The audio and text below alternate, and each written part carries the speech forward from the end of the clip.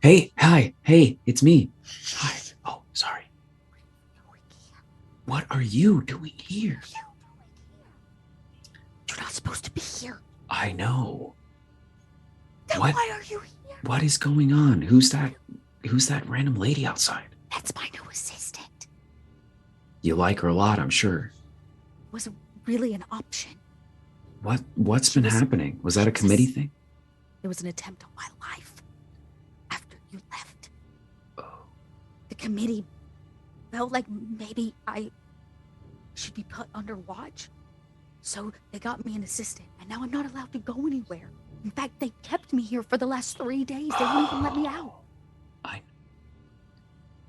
I okay. guess some of the committee thinks it would be smart of us to make some allies. With who? We Well, are it. they haven't really made a decision yet. Different committee members have different preferences. Yeah. Okay.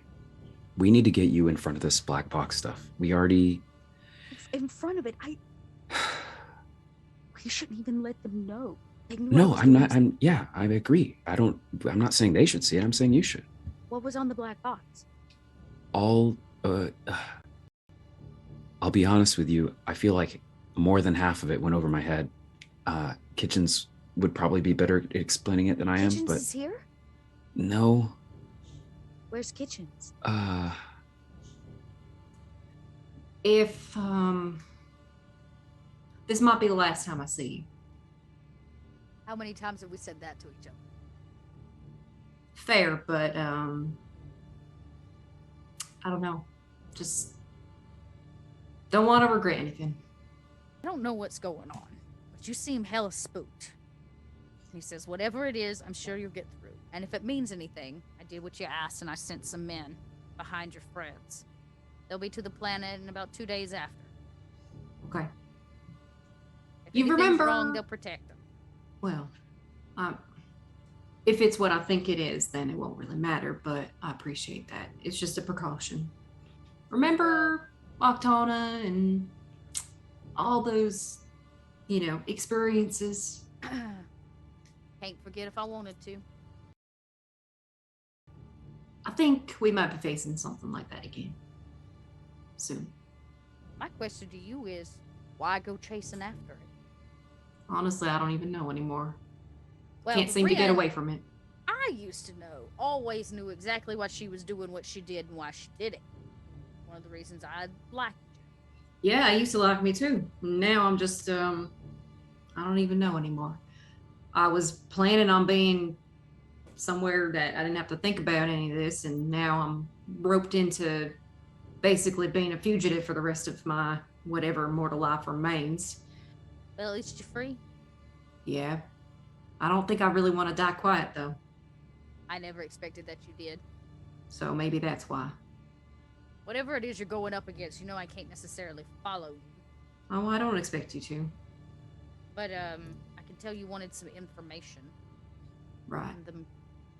I don't know a whole lot, not anymore. But I can tell you that there has been direct interest in the science behind cloning. And specifically, Mr. Michael Bishop has a vested interest in how cloning can be used to say, give us a leg up. Everything they do has been top secret, but they do have a base, a station somewhere in which they do their experiments. Rumor has it that they already got one of them, their space beasts. And you don't happen to know where said station is? No. And even if I did, I wouldn't tell you, kid, because I know you're going to go in there guns a-blazing and you're right, you're going to die. And I can't have that on my soul. What if I said I did it from a distance? What if I told you I don't believe you? Well, you know me better than most, so... Yeah, well, some things never change. I guess what I'm saying is, figure out what your long game is. You're trying to take down Weyland-Yutani, the biggest corporation in all of the star systems. Good luck. I might not be able to take them down, but I can surely put some paint on. What do you do when you meet your maker? That's a complicated question. It's a whole a lot of different religious practices from the past about how humans were created, and no one really agrees on it. We just sort of, well, I don't know. Some people think it's monkeys. Some people think it's like, I don't know, like a god or something. I don't know. No, I don't think so. I think that it's something larger than that. I do not think that it is a god. And well, if you ascribe to the fact that we evolved from monkeys every time we meet monkeys, it's kind of like it's a weird thing because they still exist, and it's a whole different thing. And I don't know, man. But how do you know you don't know, and do you feel? I'm not trying to offer a form of therapy here. I simply just want to understand. I met my maker, and I met the one who introduced me to my directive. Yeah, but you were created like a made out of parts. Weren't you though? I don't know. There was a youthful philosophical thought I had when I was young, like Vince's age, and then I stopped, and I labored with science and facts rather than mystical hoo-ha, because it couldn't be proved otherwise. So I just decided, let's work out rocks. We know where those came from. Other rocks, bigger rocks, space rocks, you know. And now aliens. Now that's my big concern, is where they came from. So I have a theory that we are going to find one of the progenitors of man. If not the origin source and creator of men. So you're saying that God might be an alien? Well, in a roundabout way, I suppose. Yeah, that's accurate. Not the weirdest thing I've heard on this fucking journey for the last, whatever years, so, alright.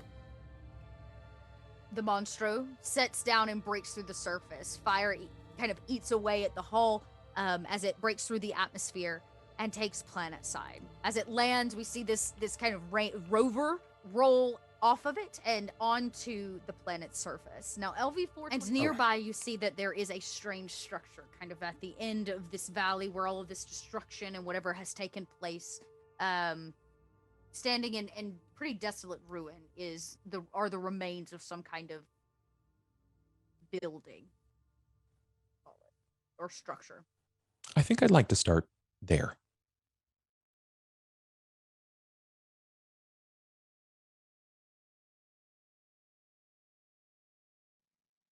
Arise, minions, and welcome to unMadeGaming. We are here. We're back from our hiatus. We're back from another episode of Alien Genesis. This is the episode where Axe Barden dies.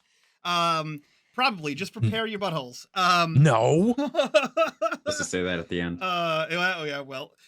If you guys like what we do here and you want to support the channel, the best way to do that is over on our Patreon. Link for that down below. And while you're down there, click on that Discord link. Join us in the Discord. Be a part of the community. Be a part of the conversation. And as always, in the bottom right-hand corner, there's the corruption bar. That bar serves two purposes. One is when that bar fills. Dot does whatever the hell she wants. These people before you, not me at all.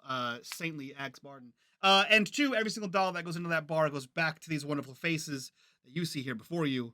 And with that, you've been recapped, you've been welcomed, you've been rated. Dot's been gifted. Dot, please take us into space. Dot, no, I don't want to. I get it. I've been on this show for 2 years. I get it. I don't want to. All right. So the sounds of this rover are driving you towards this structure. And as you drive deeper into this valley and it grows in size, because perspective and science, the world is round, as are every other planet. Lies.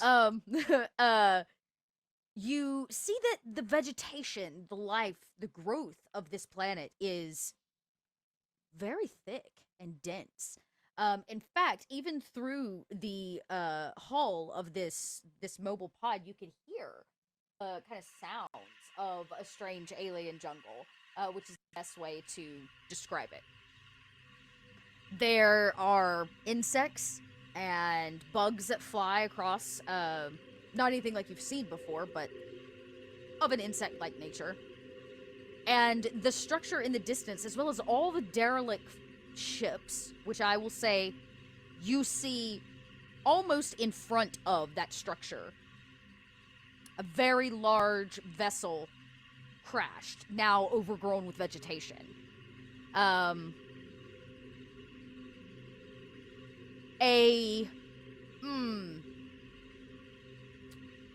will actually have y'all roll for this, the both of you, while you're like driving along, and it's like bouncing and crunching over rock and debris from whatever ship combat happened here. I don't know why it's making me relaunch the game. What kind of roll would you like? I would like either. Actually, I believe I can pose this question on behalf of both Bob and I. I think we both have the talent analysis. This definitely strikes as strange alien bullshit. It does in does. so many ways. Okay. Does that add to a roll, or does it give you information? It gives us it lets us ask you questions about the bullshit. Okay. I will each let you ask a question. Additionally, I'd like to add that I have a talent called Watchful. So anytime that there might be something fucky about that would make the hairs on my neck stand up, or when enemies are nearby, I get a +2 mod to observation. Okay. Then I'm still going to have you roll an observation with a +2, so you can take a roll. Okay. I also have Watchful. You're also welcome to make a observation check. Oh, they updated the character sheet. You can actually They program that shit into the talents Yep. now. We learned That's that sick. Axbarden and Kitchens are the same person. Yeah, I was messing around today making a new character sheet. 3 successes. Not for any reason. 3 successes. For Kitchens. Okay. 0 For Kitchens. Barden. Okay, Barden. All right. From an analytical standpoint, from just an alien knowledge perspective, ask me a question. Oh, not me. It's all Kitchens. I got nothing. Okay. No, that observation was for one thing. You get the question from another talent. If you succeed. Oh. Yes. Okay. So, and this is not on the vessel yet. We're on our way to this location. You're in travel, correct? We're en route. En route, yes. Okay. I suppose I should have prepared a list of questions. We have not, I'm assuming up to this point, we have not seen signs of intelligent life. At a 3, you sure do. Some large creatures, at least 3 of them, maybe in a pack, kind of. Okay. Sorry, y'all. Let's hear it. Off in a pack, kind of dart through a dense brush. You don't get a very good look at them, but they would be considered human size, large in size on all 4. And they kind of dart through the brush off to the right, and they swerve away from the vehicle, just to note. Okay, so quadrupedal pack creatures, animals of some sort, as far as we can see. So you did at least see that, but they obviously didn't show signs of extremely intelligent life. Sure. To stop you or attack you. Okay, fuzzy beings then, of some sort. Were they fuzzy? At a 3, they were not fuzzy. Oh, They you know weren't? what? I take that back. They were. They Did have some fur. It seems so that the majority of their body is covered in a flesh-like, like exterior. Oh, wild. I'll take note of that for the moment. If they suddenly Actually, in fact, one of them you catch eye at a 3. That's a very good roll. At a 3, you not only catch one of them jumping, it swings from a nearby tree. And then drops back into the brush, running on all 4s. In the old world, this might be considered a ape or monkey-like. a simian. Yes, correct. Okay. I'll note that that's not something that we've seen, or probably Kitchens has ever seen. Only read about. I'm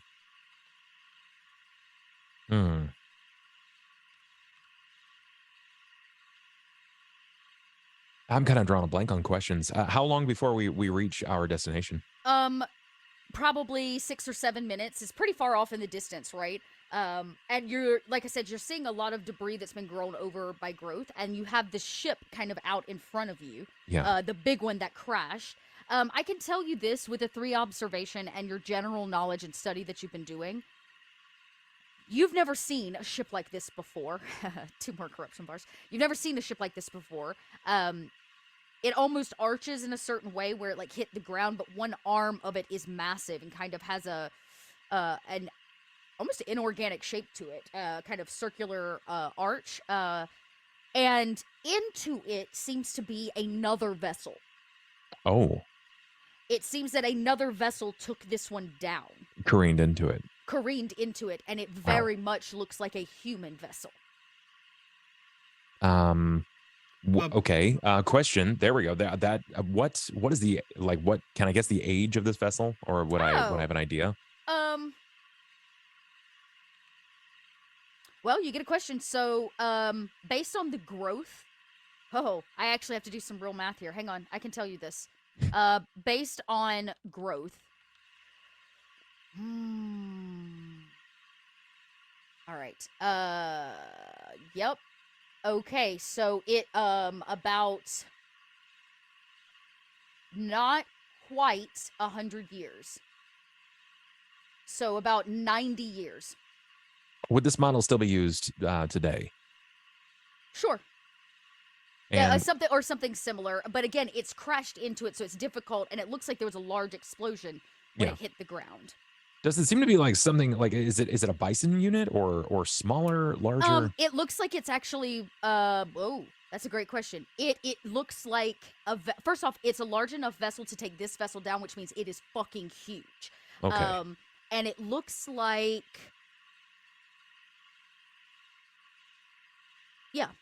it looks rather large. It's not the size, I wouldn't say quite the size of your freighter, but it's not probably supposed to enter inner atmosphere.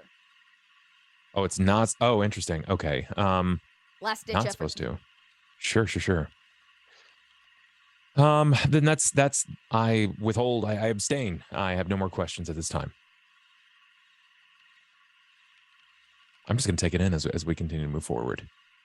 Cool. Okay. As you travel forward, you note another ship accident. It's kind of off onto your left and a little bit farther away.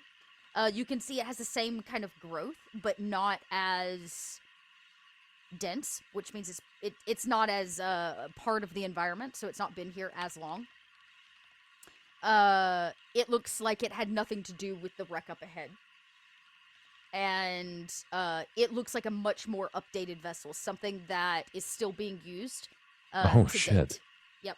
I point that out to Axe. Axe, you note this vessel almost immediately because it was used quite frequently in the terraforming and building of the initial mining colony where we saw you in episode 1 over on Ross, the ice planet.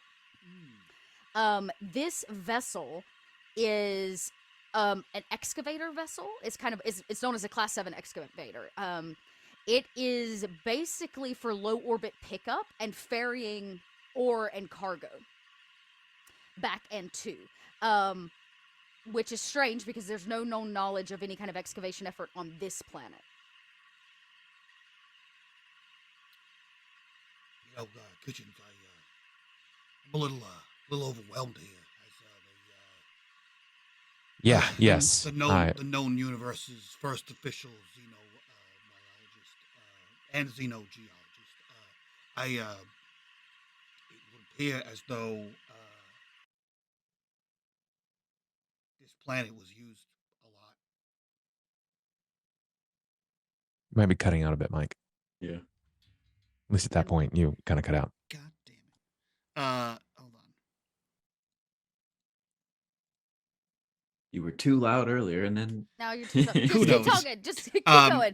It appears as though this planet was used a lot for all kinds of like mining. Looks like terraforming. There's like I don't know that the last thing we saw was like remnants of a space battle. I don't know what happened here. It's a lot to take in right here. I did not expect this when we came here. I sort of expected like a barren wasteland.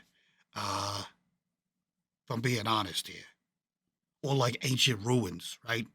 Like a previous precursor sort of thing. This is like it's like a 20-year-old truck.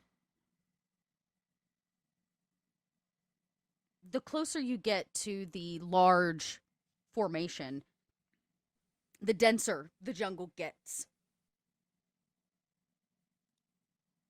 Does it seem as if it's almost like the lush growth has sprung up around it? Yes. That Does would be a the very. That's how terraforming works. It's usually a place that works itself outwards. sure? So But if does, that makes sense. So from a scientific standpoint, it wasn't sass. It was genuine. We know. So we from know. a terraforming standpoint, that would your character would be able to do if this is getting thicker as you're driving towards it, and it's like this mound, this huge architectural that has growth all over it. You could probably say potentially they were terraforming from there outwards. I suppose what I'm trying to ask is, would this alien vessel have some sort of effect on the local flora and fauna in a way that it produces growth that might be abstract or different to the biome that we're in currently? From the vessels, not from what you can tell. You're not quite Okay. close enough to deduce, I would say, that much. You may have to do more on-site investigation, but I can tell you this: the environmental stats that read out on the HUD in front of you on Yes. the dash show that the breathable atmosphere, the oxygen, the carbon dioxide is decreasing and the oxygen is increasing, and it's becoming a more stable environment for habitability. Really? So would it be safe for Barton to breathe then? Yep. And the more the carbon dioxide, like the closer you get, the more it decreases. So by the time you get there, there's no doubt it'll be pure oxygen. In fact, it'd be like standing at the top of a mountain. It would be hard to breathe. Interesting. Barton, you might not need that gear yet. You know, I feel like you said that as like a reaffirming kind of thing here. It's not actually. I am still taken aback about the situation. Who terraformed the immediate area? When was it terraformed? And also, why was it terraformed to be breathable to me? Right, because we know that the aliens they were operating underwater, so I assume they don't need to breathe oxygen. They're not a carbon-based life form like such as myself, and it will be a shot in the dark here to assume that whoever made that situation that your friend David there was talking about, these precursor people, they might not need to breathe oxygen as well. So who terraformed this place specifically so that I could Well, breathe? I think we should find out. You know, usually I'm very much on board, but I did not expect all this, and I was expecting an alien, and for some reason, getting shot at is somehow more frightening than the alien. I haven't been shot at in quite a while. But all right, yeah. Well, I mean, where else we gonna go? Great. Onward. All right. Another 5 minutes or so, breathable atmosphere kind of pops up green on the screen, and you arrive near, or as close as you think you can get on this, inside of this little off-road vehicle you have. Because at the base of this large formation is now a lot of rubble, as if something was unearthed in a massive way here, along with the massive debris of the vessel itself that crashed to the ground. And you see off on the left remains, again, covered in vegetation and overgrowth from another human vessel of some kind, pieces and parts, one might say, a pod even that might have been ejected. You're not entirely sure, but it is quite a disaster area this close to the base of the mountain.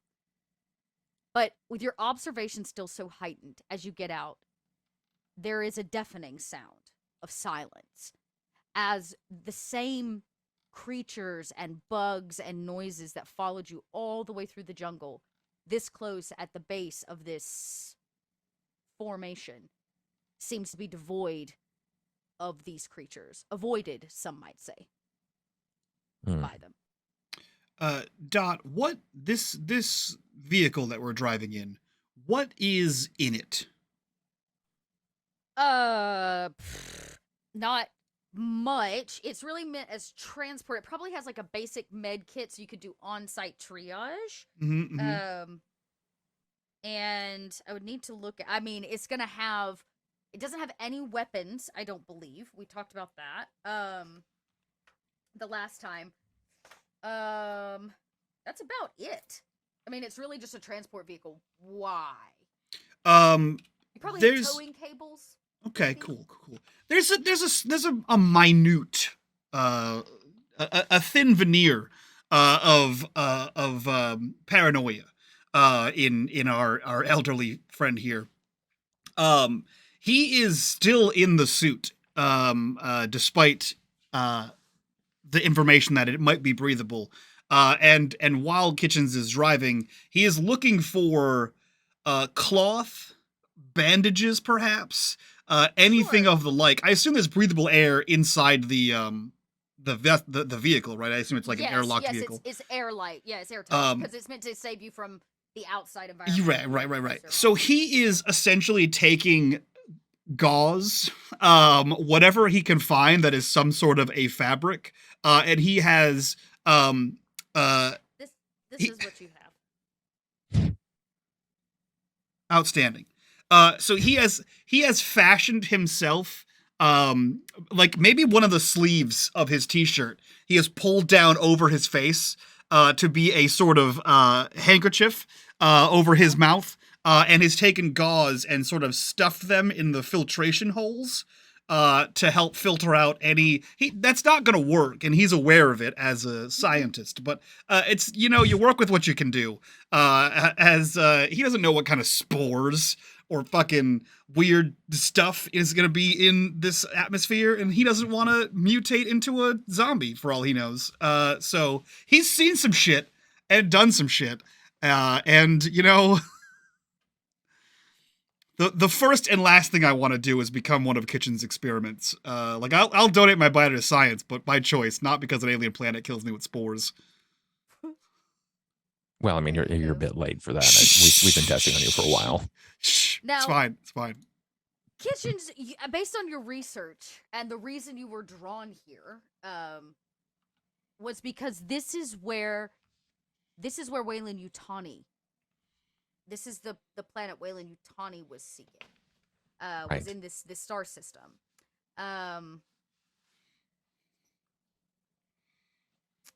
They never returned. His vessel never returned. And that was basically the end of file. There's never been noted any other research or whatever done here. Right.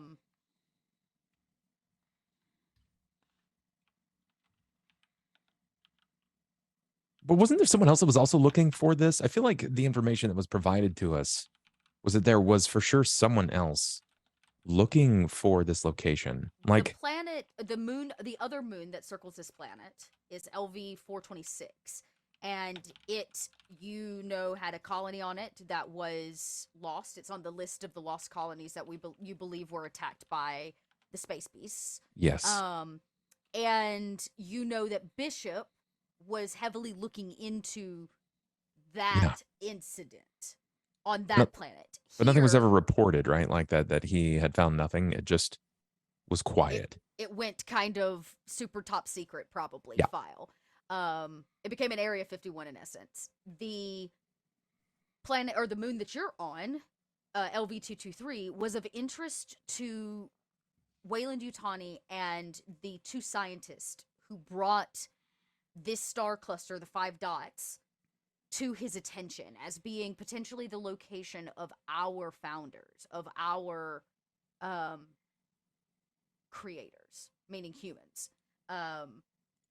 All pointed to this system and potentially this planet, though you don't entirely know why or how. Right. Because you're talking like some of these coming from 2,000 years ago. These depictions on human ancient writings and hieroglyphs and such. How nervous does Barton look realistically? Is it something noticeable? Is he sweating? Is it something that I I mean, could use yeah, like napper leave on? you would see his like his bio readings are elevated, right? Okay. I wouldn't think it's not like he needs drugs to calm down, but he's definitely being far more cautious than usual. As you can see inside his helmet, he's wearing a mask, which the suit has its own aerial filtration thing. You can see that the gauze sticking out of the intake ports. So yeah, he is, and he's probably mumbling the entire way through as he is retrofitting his suit to enhance its filtration capabilities. Perfect. So super paranoid. Okay. Which is only Okay. slightly more paranoid than usual. So. Yeah. Mechanically can- speaking, does it seem like I could give him some like napper leave to relieve stress? Or Oh is no, this, mechanically is this... speaking, he's got zero stress. He's cool as a cucumber. Okay. Yeah. No. Perfect. Mechanically, he's too cool for school. Sometimes quite literally. So, take that as you will. Okay. Okay, all right. So I think I'm as ready as I'm gonna be to explore a terraformed, former alien-infested planet moon here situation without any guns or a flamethrower or any series of explosive devices. Let's do Barton, this. I think it begs the question: do we investigate the recent, the more recently used vessel, or do we investigate the crash? Yeah. No, it does. It does. You're right. It does beg the question, exactly as you had stated it. Kitch. Here's what I'm going to say. I'd like you to run some numbers. I know that you're not this kind of sit here. You're more the science guy. But which one do you think, based on just like the look of it, any gut feeling you're having inside your internal organs there, and let me know which one you think looks the deadliest, and then let's go to the other one. Well, deadly for whom? Well, me. I have a lot of squishy internal bits, and I am quite. Oh, I assure you, I do fragile too. Yeah. But Oh, I'm a you lot can. less fragile. You're immune to like it, drowning and most other things that would kill me nearly Yes. instantly. And I'm Yes. I'm a good. Well, technically, you're a good deal older than me, but I think physically, I might be a good deal older than you as far as the aging process goes. So I don't want to break a hip or roll an ankle, or I think that it might be in our best interest to avoid the most recent used structure until Okay. we discover if it is in fact recently used. Right. Yeah. And I think we should also be careful in the old one, as we don't have climbing gear. It's a derelict, right? There could be pieces that may fall. So I think if we just take it slow, we'll be fine. Yeah. Sure. I'm sure it'll just be quite fine. Yeah. Smooth. It'll be great.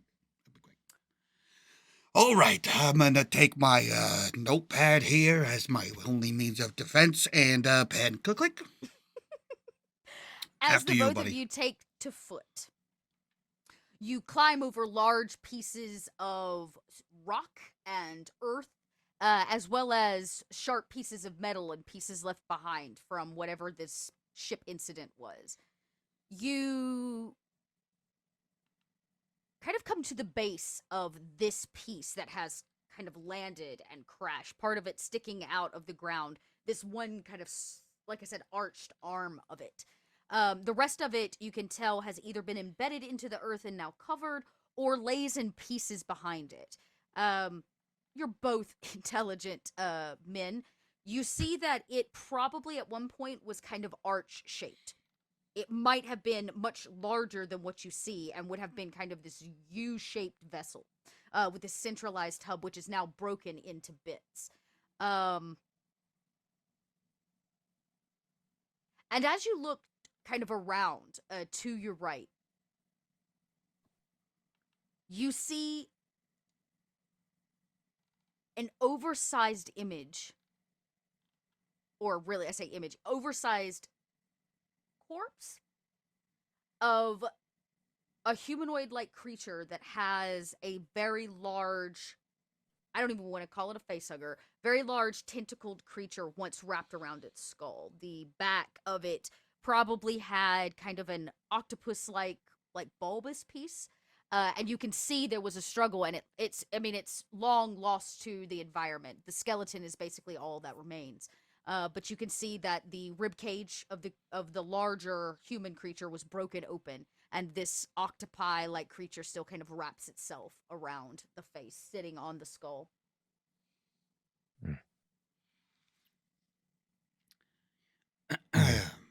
I just want to. It's peering to Barden to see how he's taking this in right now.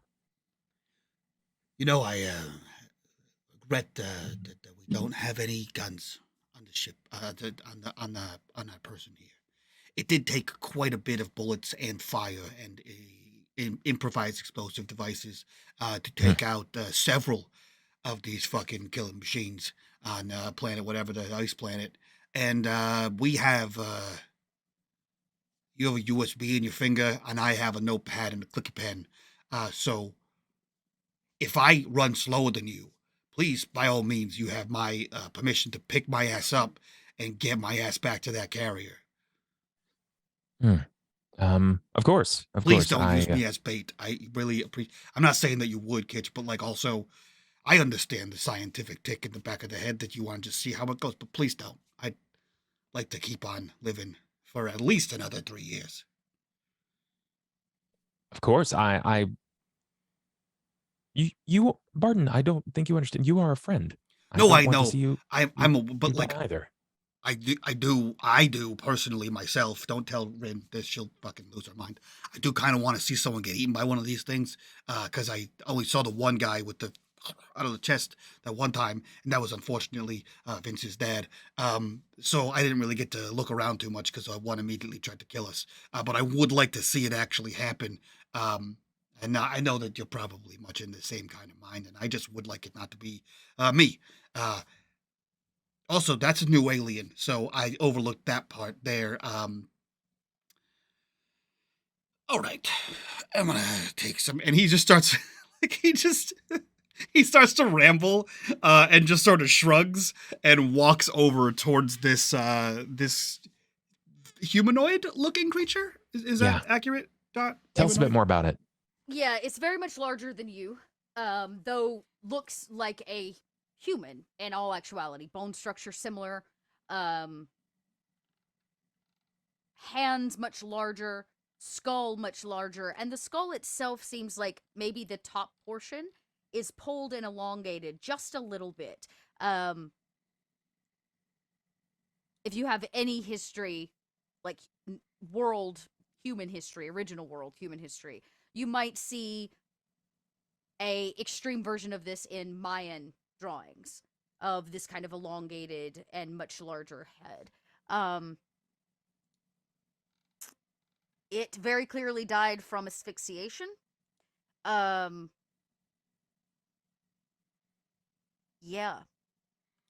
Dot, again, because we have this neat ability. Would you consider this alien in nature? If you consider an oversized, giant-sized human alien, then yes. Okay. You want the thing on its face without a shadow of a fucking doubt. Absolutely. Okay, cool. I would love to roll analysis and possibly learn more about this this situation. Roll it for analysis. Don't fail. I'm doing gangbusters. At least I didn't roll panic. You gonna push? Because if you don't, you take panic either way. Well, shit, Dot. I'm trying to have my own questions, so I'm gonna go ahead and roll as well. Excuse me. I got 2. There you go, Kitchens. I'll push. Take a panic. I'll push. Kitchens, you succeeded, so you're gonna get a question. We'll see what Barden's gonna do with the push first. Yeah, add your stress and roll a panic. I succeed. Wait, no, it's a D6, right? Isn't it a D6? It's a D6. Yeah, roll a D6. Where is the panic button? And then add 1 to it because it's at the top. There's a panic button. Yeah. Just hit panic. Does it roll with my? I have a -2 to panic. Oh, that I don't know. Yeah. You might be able to. Let's find out here. enter a custom roll, probably. So let's but do yeah. panic -2, so a 0. A 0. Okay, so you do not. You swallow this thing that rises in your throat as you begin to try to analyze this, and you realize that you've never seen anything like this on either front. Kitchens, what is your question as you stare at this scene? So we see what you said. It's not a face hugger. It's something much larger, right? Yep. All Okay. the face huggers that you have seen they fit a normal human face, right? They were almost built to fit our face.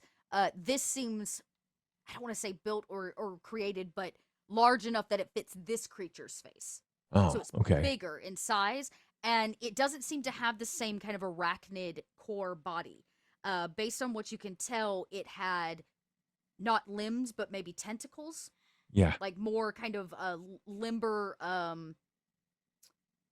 tendrils, and but the concept is the same. It clearly wrapped its face around its neck, and there was the asphyxiation, and noting the open rib cage that's broken open outward, it shows all signs of a chest burster. Okay. How much of the face is covered? All of it. The whole face is covered. I mean, the front of it is covered by the body or like the kind of core skeletal piece of this creature. You could easily unwrap the tendrils at this point. Yeah, I think I will. Time and decay. So if you walk over and you kind of remove and pull the stick, it kind of removes it from the head, peeling away kind of black ichor, and you can see that there is a large skull underneath. Yeah. Oh, so like the face is just missing? The face is there. It's just Face is under there. the. Okay, gotcha. Yeah. All right, then. Seeing that, like, I can see its face. I'm gonna just look for some basic things here. Like, does it have the equivalent of a nose? Yes. It does. Or what so, would have been? It has, because again, it's kind of decomposed at this point. So you're missing. There's would have been cartilage there that signified a similar nose structure as a human bone structure. Gotcha. So then it does have a respiratory system. Eyes. Had a large rib cage. Yeah, it has ocular cavities that are kind of sunken in at this point. If you kind of get under there and peer. Does it have teeth? Yes. Based on teeth structure, omnivore, herbivore. What are we looking at? Grinders, all canines. It has more teeth than a human. If you fully pull this thing off and you want to like look at the skull of this thing, I do. It'll have more teeth than a human, but it's very clearly situated to be able to be both meat and plant life. So it's an omnivore. Okay, so it's bipedal. Yep. 2 feet, large hands. You digits? can tell by the 5 same digits. Same count. Okay. Yep, same count. You can tell by the bone structure alone and what's left of the meat. It was probably very muscular. It was well built too, so it wasn't just large in size. It was actually like it matched in its tonality. Gender unspecific. You don't know, I would say. Yeah. And you can definitely tell that there was a struggle with this thing on its face because it's injured, right? Like there's a nick through the bone that's been left behind and those kind of things. There was another struggle before this happened, and then the broken rib cage shows you that there's kind of a hole in the cavity, and there was a lot of internal damage. Okay. This might be graphic, but I want to look for any form of a sex organ at all. I would say what you find is similar, but again, it's in a decayed state. Sure. You might guess this is probably male if this creature or whatever it is mated the same way that we do. And we're not in the human vessel. We're in the human vessel right now. You Oh, are we're to the near older the vessel. crashed Oh yeah. alien Okay. site. All right. Yep. There's probably some like visible form of excitement on his face, which is weird because like he's not excited to look at like a penis, but even a desiccated, decayed thing. Looking back at Barden, disregard this portion, but this might be one of your makers. At some point during At some point during Kitchen's best impression of Barden, going through this alien and muttering to himself, Barden was taking notes, and then realized that on his person, along with his motion tracker, is a digital camera. So he closes the notebook, places it inside of one of his pockets, and has procured his digital camera and is just recording this rather than trying to take down notes on everything Kitchen says. It's being saved for posterity. So you essentially see him with this thing opened up and like recording as you're scientifically documenting both this enlarged facehugger and this enlarged humanoid alien thing. Yeah, no, you mentioned that before, like the whole God situation. I'm not really as concerned with that, but what do you think it is? What do you want to call these guys? I don't know yet. For the time being, I think I will probably just call them precursors until I am more aware of their situation or their hierarchy and structure within and among them. Yeah, no, now, I don't want to sound like I looking to give toss in the mouth here. It's very interesting to find an ancient, vaguely humanoid alien here, but that is degrees larger of a than we have seen before. Well, and I read somewhere that man was made, well, God made men in the image of himself, or something to that degree. I don't think you or I look at all like this, but I also think that we've had, well, I suppose more apt to say you have had a significant amount of evolution since Oh, then. oh no, I mean the face hugger thing.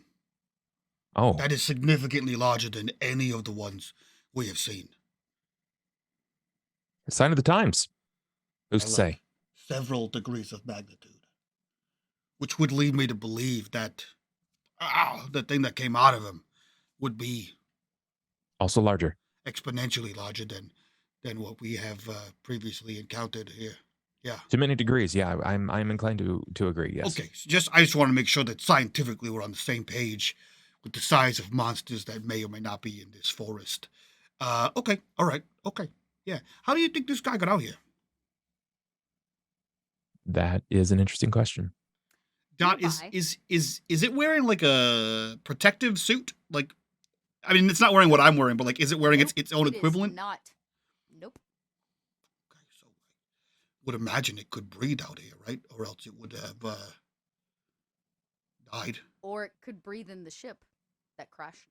Are we inside the ship? I thought we were outside the ship. Sorry. You are, but Okay. it could have. Gotcha. Because there was a struggle, and the struggle might have been what brought it outside of the Can we get native readings like on the thing that I have in my hand to kind of help like see the oxygen levels if it's still safe to breathe in here? It is. If you're feeling So- bold, you Can can I- take off your helmet. This is safe. Dot, can I look at this humanoid here and try to determine if be very hard if any of the injuries, like external injuries on its person through its clothing, may have been caused in either a scuffle, like are they defensive wounds, or were they like thrown from a vehicle wounds? No, it seems like the latter. Okay. Or I'm sorry, the prior. So it looks like, based on the scrapes to the bone and those kind of things, that it was damaged in struggle, not in the shipwreck. Okay. Mhm. Kitch, I think this guy survived the crash here.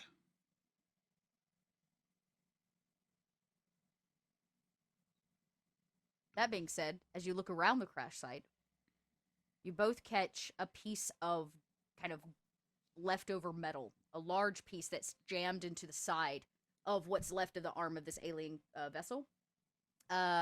You catch a few words, but because you know what you know, the letters would easily spell USCSS Prometheus. It was Wayland Yutani's vessel that crashed into this freighter. The science expedition that was sent here to make first contact. Hmm. The More than likely the reason that you didn't come back. Okay. All right. So, okay. There's a lot to investigate here, Kitch. I would. I think. I think I have an input now. I think I'm slowly starting to adjust to all the shit that's going on here. I want to find out if the Prometheus here crashed. Okay, donut ship crashed here first. Was here already, and Prometheus crashed into it. It was planet side, not both in space. Right? I'd like to figure that out. I will tell you this, Barton, because you're a man of rocks. Because you're a man of rocks, I'm going to just give this to you. I'm not even going to make you roll. There are a few things that if you walk around, you begin to notice. The first one is the amount of unsettled earth, which tells you that, and in the shape of the kind of crater it's left, it tells you that one of these U-shaped vessels, at least one, possibly two, came out from under the ground. It flew up and then never made it to space, more than likely, and was taken down by the Prometheus, or was the Prometheus crashed into it. They centralize around the large structure that all of this vegetation and growth seems to be kind of pouring out from. This whole area seems to be a kind of hub and centralized point, but you can see this large facility in the distance. That seems to not have been disrupted. Okay. All right, buddy. I think I'm getting the clear picture here. I'm seeing. I zoomed out a little bit here. Okay. So alien man, right? That's what we're gonna precursor. This is. I think we can say obviously a precursor ship, right? This U-shaped ship. We don't design them that way, right? This is Wayland's ship here, right? The Prometheus. This ship came out of the ground, and I don't think like a silo, like it wasn't like a hole with like a neat little door that came out. I think it shimmied the dirt off of it, which is an interesting design principle here. I don't know how to fly a buried ship, but apparently Super Space Alien Man do. So the reason I bring that up is it looks like the settled dirt and the ship and the crash and this crash happened around the same time, meaning that these are not exactly a precursor. Well, precursor in the sense that they came before us, but also he was alive. Like, I mean, recently relative to the Prometheus crashing. Kitchens, you would know that it also means David 1 was here. Yeah. He was on the Prometheus, which means he was on this planet and managed to get off.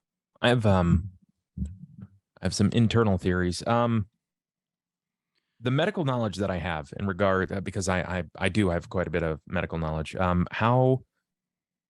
How long have we mastered, and by we I mean humans, had they mastered like the tube repair, basically human repair tubes, the medical bays? There are advanced technologies around like resuscitation, help breaking minds out of coma and things like that.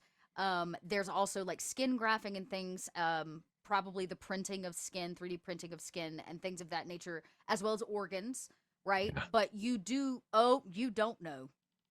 Ren knows that Weyland-Yutani has been investing in cloning. You don't know that, so it's not really helpful to you in this moment, but that is something that we as the audience do know. Okay. So there's and this alien, it's what is it donning again with this large bipedal man? It looks like it was actually not in a full suit. It looks like it was partially dressed. Partially dressed. As but if something it had that's been disturbed. Interesting. Okay.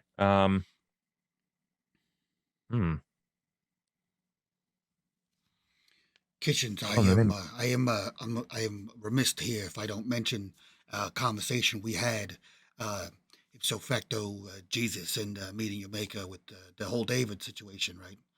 And you said that something about his Waylon, his father met his maker. Uh, I thought that might have been a turn of phrase, and I think it might have been a far more literal situation here. In that, I think Wayland and this precursor were both alive at the same time on this very planet here. I think you might be right. And if not just alive, Barton, it makes me wonder if there was some sort of hypersleep tube for them, and if there may be more on their vessel, undisturbed. I mean, probably, if I had to guess, if we have, here's what I'm going to assume. I'm just going to make this a blanket statement, Kitch. If we have the technology, let's just assume they have it, right? I feel like that's a good assumption. If we're assuming that they are our precursor, our makers, as so to speak, everything we have, they got to have something better or at least similar in that respect. So were they here before then? Were they here? You said that the ground had shifted, and they shook this dirt and debris. Had they been here? Yeah. What I'm saying with is the geological is pattern this, changes, right? This They ship should have been here was buried.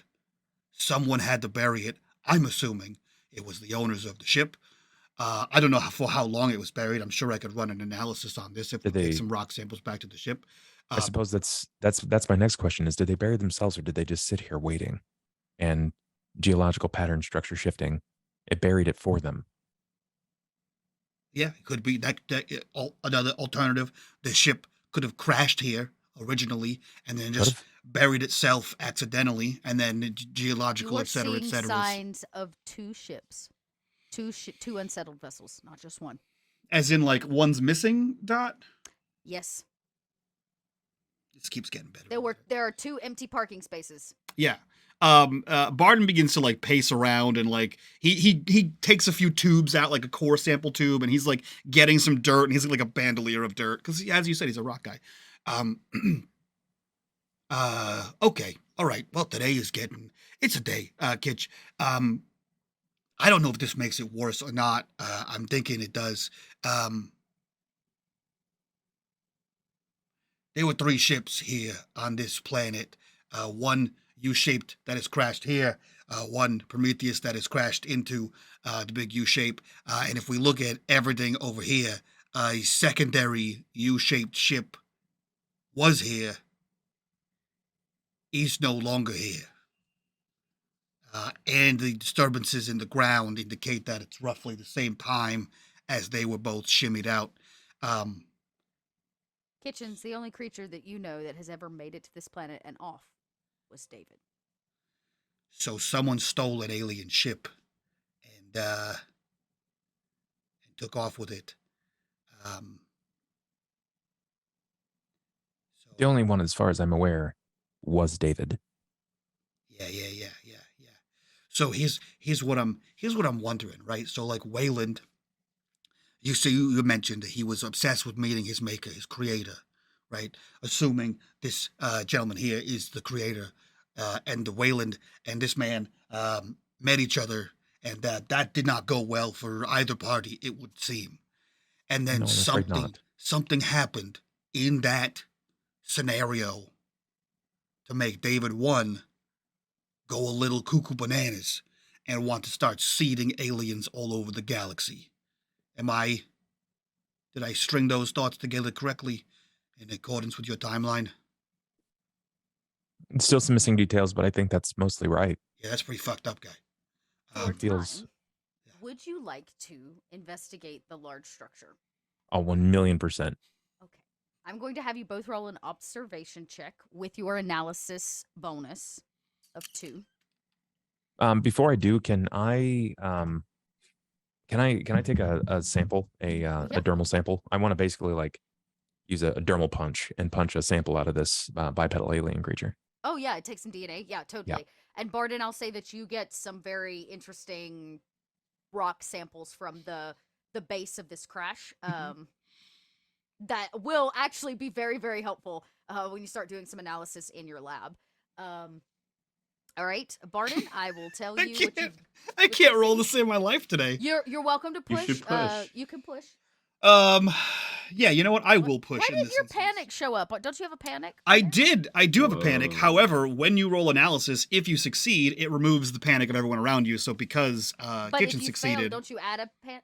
No, Wait, you what don't. is- Nope. Observation, no successes. You're welcome to push. You don't take stress. No, you can't push I because you can't can't take push. stress. I will push. I will take 1 stress. And Yeah. Okay. Gosh, never seen so many empty Hell boxes. yeah. man. 3 There we successes. go. That's you what go. I needed to. That's what we needed. Okay. Yeah. You enter this structure, Barden. The first thing that you note is the core of it. It's very dark on the inside. The core of it is made of the earth of this place. They uprooted it and they rebuilt it, much in the formation of what is probably what we would consider a pyramid. Pointed at the top, right? Structure down to the bottom.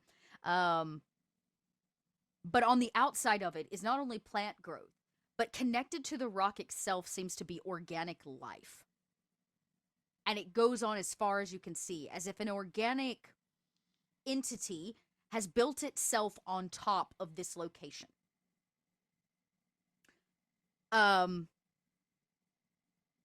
You find no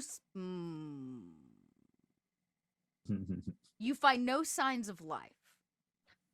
You find signs that life has been here, but none of them are alive. In fact, you find more of these oversized creatures left here for a long, long time. No DNA, nothing left, just the skeletal structure. Inside of strange suits that kind of have these long, elongated nose pieces.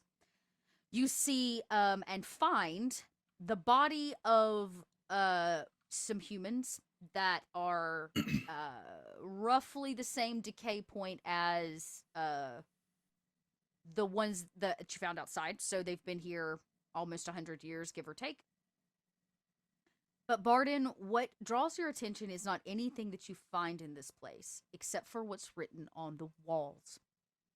And as you walk through it, you snap photos with your camera, and as you do, the lights flash, and you can see inside, no matter where you go in this core building, from what you can map, it's huge, by the way, there seems to be story written here all around it. It tells it shows these oversized creatures reaching down to smaller versions of themselves, and you can't quite piece it together. It may take some time, but you take as many pictures as you possibly can. And then the both of you find it's video. Yeah, video, that's fine too. You basically find some branches, like hallways, these long hallways that lead off. Two of the directions seem to be collapsed, as if maybe they were attached to whatever came out of the ground. Barden and you are able to deduce more than likely that these hallways lead to 3 other vessels. That this was a core hub. Of some kind. The doors down these hallways seem closed. They are not currently open. So if it was like this core thing and it's got 5 arms basically that pan out from it, 2 of which have collapsed, where the 2 vessels excavated from the ground. So Barden is recording the whole shebang here. One thing I would like to do, Dot, is since I have a rock sample essentially from outside, I would like a. What are the walls made out of here? Is it stone? Some sort of stone? All of it's stone. He's going to take a scraping of the wall, right? With the intent here is to basically carbon date or whatever date it is here on this rock, to see the estimated age of the building versus the estimated age of the flora and fauna outside. Of the topsoil outside. You take some samples, again, not until you get back to your lab will you be able to run full diagnostic, but you take the samples that you want and need. You take video footage of the inside, and you find at the very center there is a chamber. It seems to be the most decorated, one might say. It finishes the story. It all leads here. And and you see a sight on the far wall, up high as the tail ends, of a symbol you may still know, as I imagine many humans still believe in God, which is one of these kind of oversized figures. Maybe some of the paint is still even there, the coloring, almost bluish gray, not flesh toned at all. Hangs in a crucified form, just as you know it, across, pinned, almost as if you had walked right into an ancient biblical state in Israel or Judah. So you have this kind of strange crossover, but this, you're assured, dates far back before we might have had any of that. As you are finishing up your walk, you've surveyed, you've detailed what you needed. Off in the distance, way off in the distance, you hear a animalistic sound. I wouldn't call it a roar or a cry, but the sound of a creature you know all too well. A large xenomorph somewhere off in the distance lets out a muffled sound against metal. That's a corruption bar, by the way. I do believe that is our cue to leave, Kitch. I don't know about you, buddy. You can stick around. They don't seem to want to eat you, but I think I'm gonna take that as my exit stage left, as they say. You know, I think Kitchens is probably a little hesitant, but will do so for specifically for Barton's safety.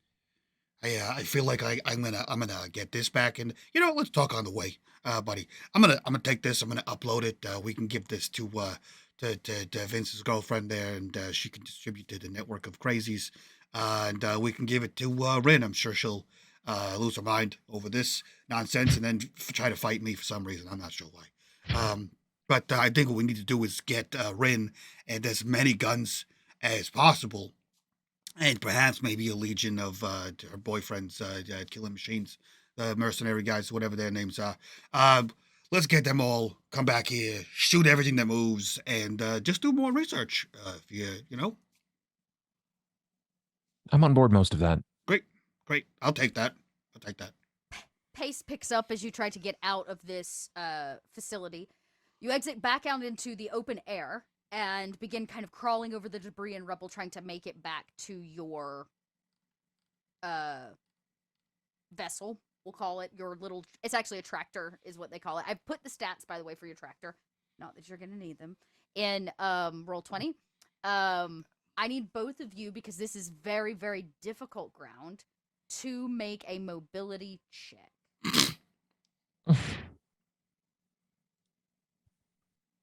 Not my worst roll. Fuck.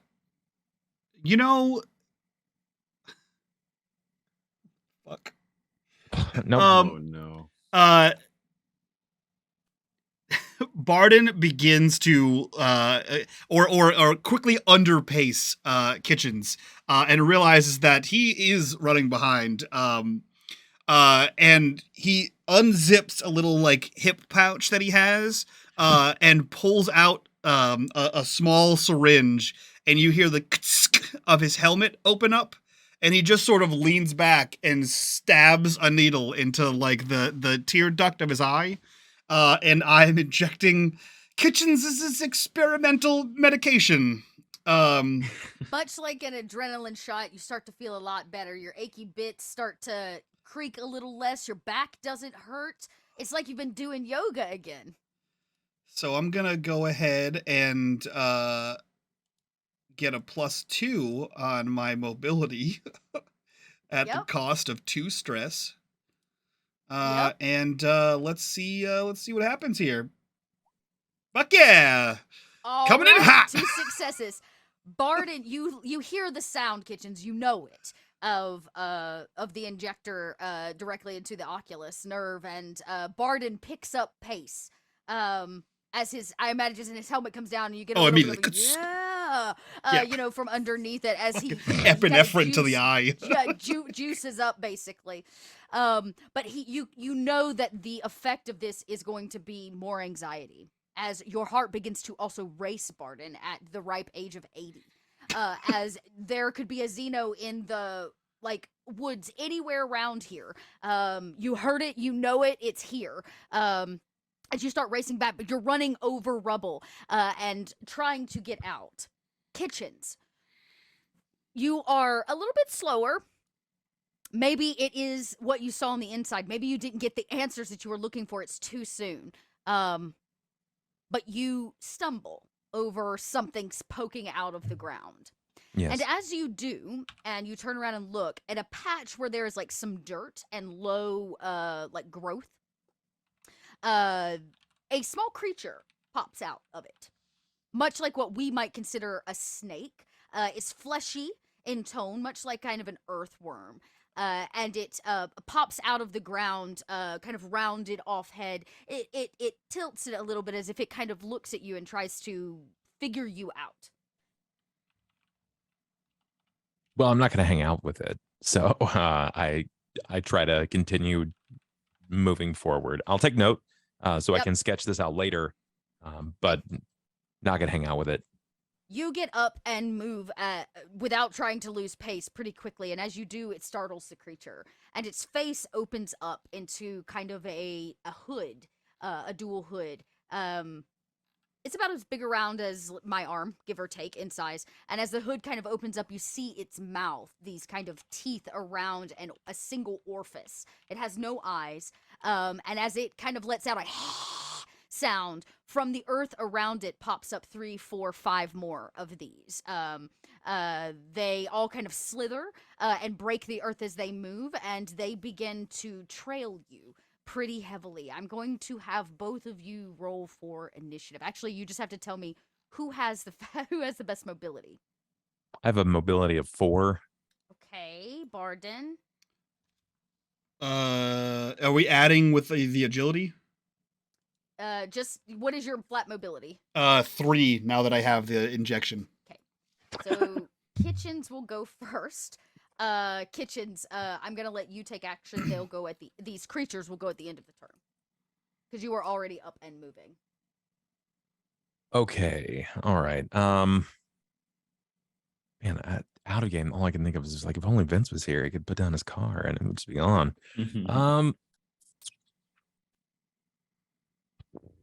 Let's see. Is it reacting to movement specifically, or does it seem to be reacting to heat? It definitely reacted differently when you moved quickly. But it seems that it is a bit, it definitely is a flesh eater. Just based on its mouth alone, and seems to be interested in both of you. Okay, I don't have a weapon. I mean, I do have a weapon. I am the weapon. I just tell him to keep moving. You just move, run. Okay, so you use your full action to pace ahead. What is your no, what is it? You don't have anything encumbering you. I just want to make sure I don't have anything to slow you down. Okay. You start moving. You move kind of your full pace ahead to catch up to Barden. Barden, what is your action? Barden got 2 successes in run the fuck away earlier, so he's just gonna keep doing that. He just got an eyeball full of an epinephrine, so he's just going as fast as his crusty legs can take him. We get maybe a parkour jump over a piece of metal as we hear Kitchens yell, "Run!" As this kind of hissing You're making sound. Barden sound way cooler than he is. As cool as I guess a 7-year-old guy who can hop a piece of metal is. But you do it rather dexterously considering as you begin running for this for the tractor. Barden, you will make it first if you use your full turn for movement. Yeah. Are you driving? Yeah, if he gets to the vehicle first, he's immediately starting that shit up. You can see Kitchens is still a turn behind, and these creatures are going to kind of make a jump action at your heels, Kitchens. As they do. As they are wont to do. they don't actually have stats for this, so I'm basing it off of what eventually becomes of these creatures because that's just the way of the world. They're going to make a. Where is it? I guess it's technically. Oh, right, because it's a creature. They have to roll a random d6 for their action. Okay, here we go. Forgot. I forgot. Okay. Oh, that's not good for you. Oh, neat. A 5 is usually bad. That's not it. Here we go. Okay. Okay. I need you to roll a close combat roll. Oh. Got it. Okay. Oh man. You gotta beat a 3. I can't. I'm pretty sure. I'm certain I can't. Well, it's worth the roll. Okay. This creature lashes out and wraps his like long tail around your feet, tripping you up, and you fall to the ground. The rest of them, this guy was kind of in the lead, used the rest of their turn to catch up to him. Barden, you see just as Kitchens is kind of coming over a piece of debris, he goes to the ground as these kind of snake-like creatures close in on him. Fucking killing me, Dot. What's this thing called? The Daihotai tractor? So sorry, I pressed the wrong button. They're Tractor called, thing? yeah, yes, that's the tractor. And then the creatures pull out guns. Yeah, No I- shit. I wish someone pulled out guns They for this pin Kitchens down. fucking and shenanigans. The snake just lays into him. How far is Kitchens from the, like, I assume there's like some sort of like open door, like a ship door. Yeah, they each have like a open, just like a car door. Oh, it's a car door. Okay. Yeah, it swings open basically. Actually, I imagine it goes up. Yeah, like a The two side DeLorean. doors. Yes, exactly. How far away is Kitchens from the vehicle? I would say 50 feet, give or take. 50 feet. The problem is there's like a big piece of debris he's kind of fallen on, so the truck can't go over it, which is why you stopped here. It was kind of like a barrier of junk, and you had to go on foot. So he's just over the side of it. Yeah. I assume this would be like a piloting or a heavy machinery to drive this thing in a tactical scenario, right? Yes, we're gonna have to make a pilot check. Okay, cool. And this you'll probably take a -2 because the ground is not really. It's rough terrain. It's not really meant to be taken over something this large. Yeah. No, I'm tracking that.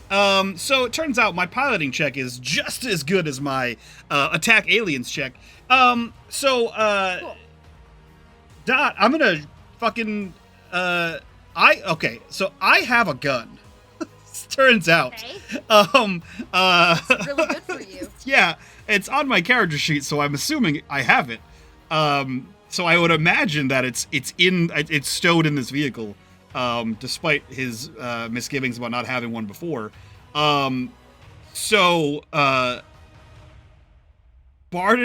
gets in the vehicle, reaches to the area where you store rifles and vehicles, and pulls that thing down. And with the door, Okay. I don't know if that's enough time. Yeah, he doesn't have time to like close the door and open the window essentially. So the door's open and he's just unloading at these evil space worms. Okay, make a ranged combat attack. Okay. 1 success, 1 panic. Okay, so you do successfully hit it. Yep. It is going to get to roll 2d6 to try to negate any damage you might do to it. The gun has armor piercing. Oh, well then, you do hit it, so it negates that success it had, but you are going to have to roll for a panic. So roll a panic. Okay, so I have a panic at -2. And then do damage for this creature. Sure. Panic. Damage is 2.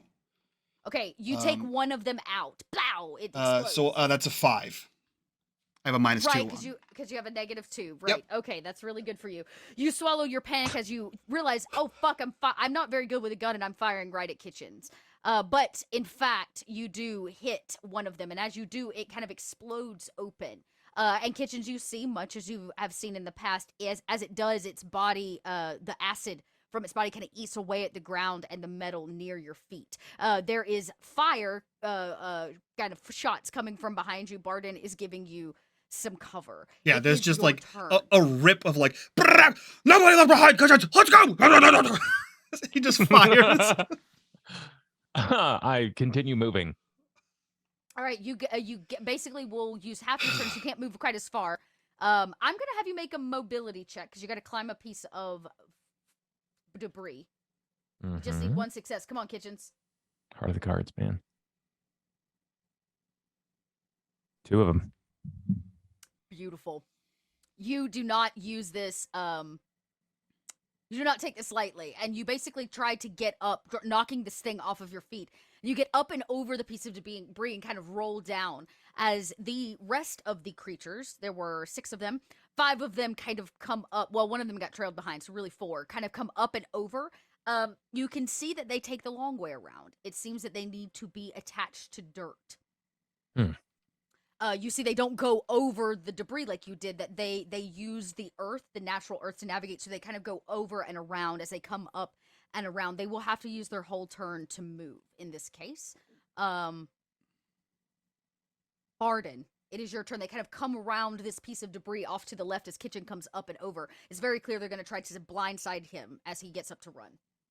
Oh yeah, he's unloading this thing. He's just firing the best he can. Here, Dot. You can't re-roll attacks, right? Is that correct? I'm fairly certain you can't re-roll. You can't push attack rolls. Push an attack, yes.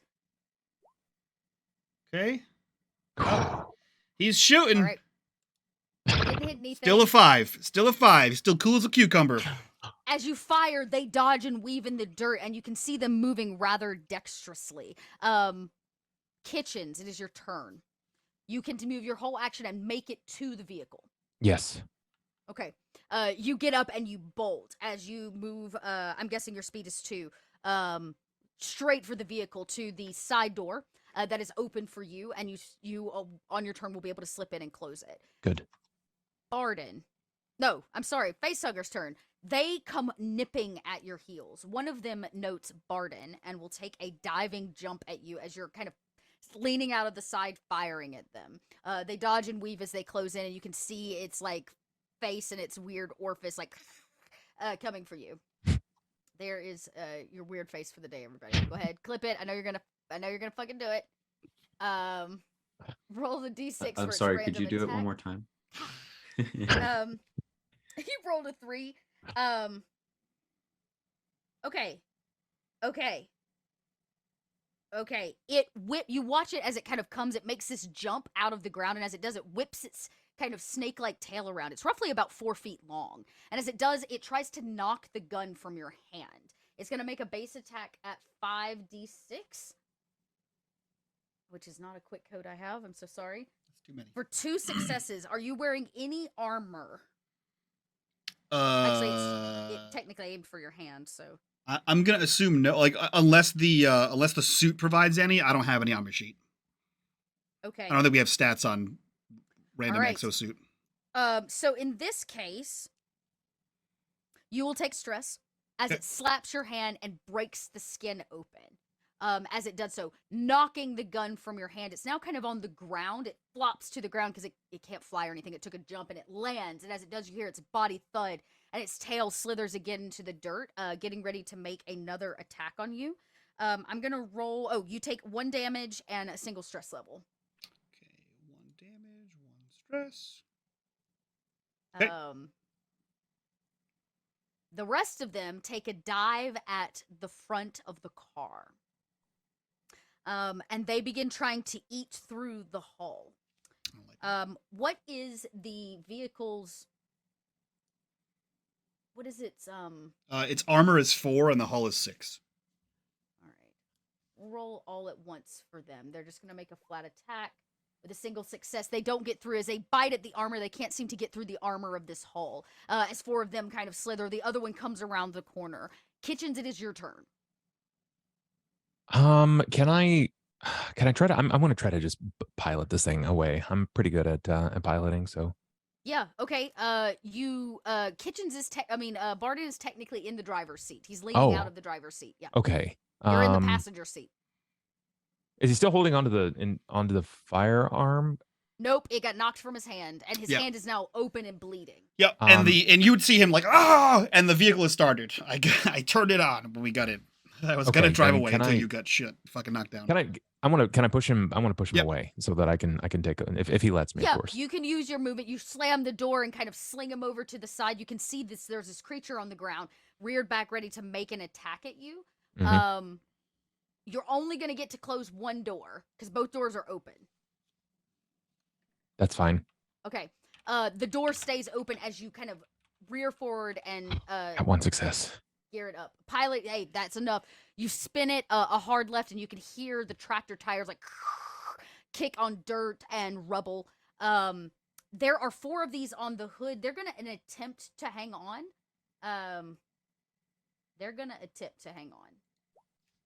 Oh, they sure do. Of course they do. They're not in the metal, but it seems like their bodies are stuck to it with whatever viscous slime is on the outside. And you can see them. They're all like slithering up. There's 4 of them on the hood, and they keep kind of attempting to attack the glass. Barden, it is your turn. You're in the passenger seat. The door is closed. Your hand is bleeding. They cut through the suit. Is the other door closed? The one that is on kitchen side is a no. Great. Barden will like literally crawl across Kitchen's lap and close that door. Okay, yeah, you lean and slam it with the last of your strength from the.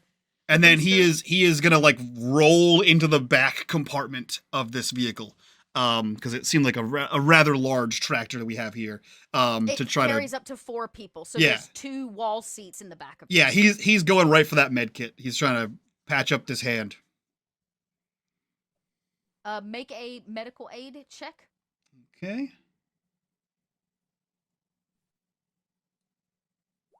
One success, 1 panic. Great. You begin to wrap your hand to stop the bleeding, to close the. Okay, you keep it under control. There's a whole lot of bad things. It could have infected you. You're bleeding. The air here is not totally stable, and you're actually heading out of the oxygen zone. Like you could die. Like panic begins to set in as you're like wrapping your hand, and you can still hear the tink as these things try to bite through the hull. Barden does fast math on how long it took us to get here and how long it took us to get from here to the ship. And as long as it's under like 6 hours, he puts a tourniquet right below the wrist, and then continues to like bandage the actual hole. Yeah, maybe a belt or something to tourniquet it off on your turn. And these things they continue to try to attack, but they don't have enough strength to break through the hull of this military grade recon vessel. Kitchens, it is your turn. Would you like to drive it? You have about a 7-minute trip at full speed. I've seen these things. They show necessity for the Earth, right? So whatever kind of evasive maneuvers I enact here, which is probably not a lot, they're going to have to stay on top of this thing. So I'm just going to keep driving. Maybe offer just a little bit of swerve, depending on if I can succeed on some checks. Okay. Make a piloting check. You got it. 3 successes. Yeah. As you drive, you kind of weep, and you can tell they can't hang on. They clearly need the dirt as an anchor. It's not that they can't move without it, it's just they don't move as nimbly. And so you start to sling them off one by one. 3 of the 4 are now off, and there's one that's kind of wrapped its very strong tail around the front grill of this tractor. And because I'm just a chaos monster, and I have plenty of corruption bars, I will use another one. And out of the sky swoops a very large creature that rips this snake-like thing off the front of your car. You can feel the whole thing shake. It was gonna knock you off course, but you rolled high enough, and it kind of does as you pull the tractor back on track, and you can see whatever this black winged creature is kind of oversized and flies up in the distance with this 4-foot snake-like creature in its talons. Lord. Continue to pilot. Yeah, you're driving as fast as you should can. have more people with us, I think. Lots more. an army, at least a Ren. Barton's just banging least. around in the back. He's trying to like wrap his hand and tourniquet stuff off. You can see there's been drops of blood kind of on the floor on his way back. You get yourself bandaged up. You stop the bleeding. You'll need a night's rest probably before you can fully heal that one, and begin to move your stress down, Barton. It has been a very stressful situation. As you pass by the same debris you came in on, you're obviously going to have to call the vessel down to come pick you up. So I imagine you send a message, or are y'all just going to wait it out for the Nostromo? What's the plan? If we have communications, like the moment we were, the moment he was like bandaged up, he would be calling for someone to come pick us up. They'll meet you at the same location. Travel is great. Kitchens, you take the simplest road back and know exactly. And on your way back, as you pass that one ship that crashed, the one that seems to not be quite as old, you can see movement rustling on the inside.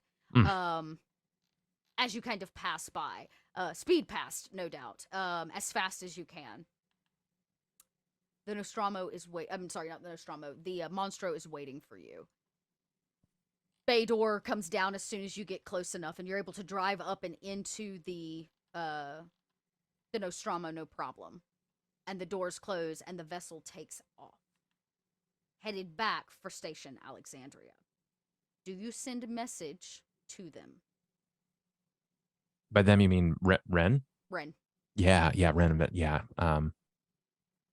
I think so. I think my first course of action is to treat his wound. It looks like he was cut pretty bad. It even cut through the spacesuit, which is pretty hard to do. He doesn't seem to be infected. There doesn't seem to be any kind of infection based on the cut because he wasn't bit.